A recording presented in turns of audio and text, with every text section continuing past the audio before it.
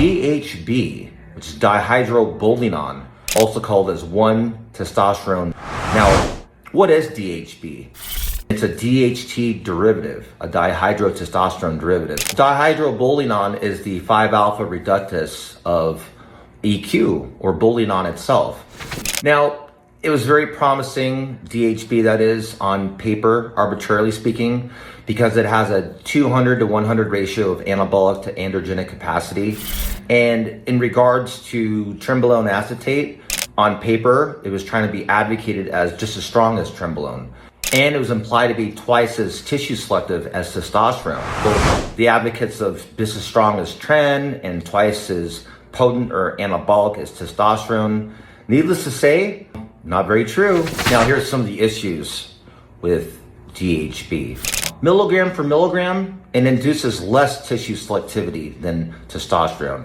And it's just as androgenic as testosterone. But like I said, it doesn't bind to muscle protein synthesis as much. So it's weaker in that aspect.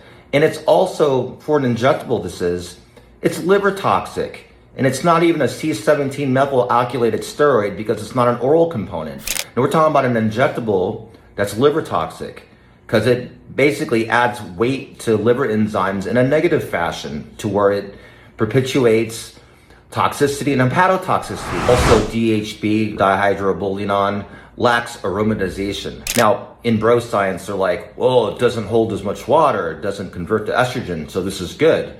You don't bloat. Well, you know what?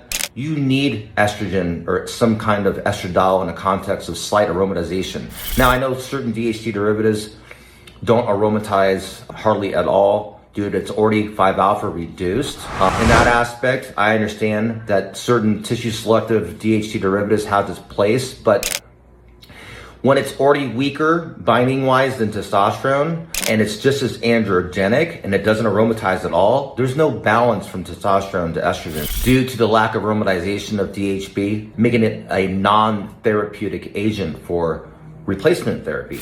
You're not gonna be able to use something that's more androgenic and less tissue selective. Dihydroboldenone would be out of the equation, and testosterone is gonna be farther, way more superior. You know, in fact, normal equipoise and normal nondrolone is going to be more superior. And if you're looking for a really good DHT derivative, and again, I'm not a doctor, I'm not condoning any of this stuff, I'm not telling people what to go get, but my opinion would be Primobolan would be a far better alternative than DHB would be. So when it comes to growth promoting agents, as far as tissue selectivity, the Primobolan far exceeds the less advantageous and less efficacious product of DHB in my opinion, due to the profile of the whole drug. Subscribe to my YouTube channel if you want to see the full video. But thank you very much for listening. Have a great day and take care. See you again soon. Bye.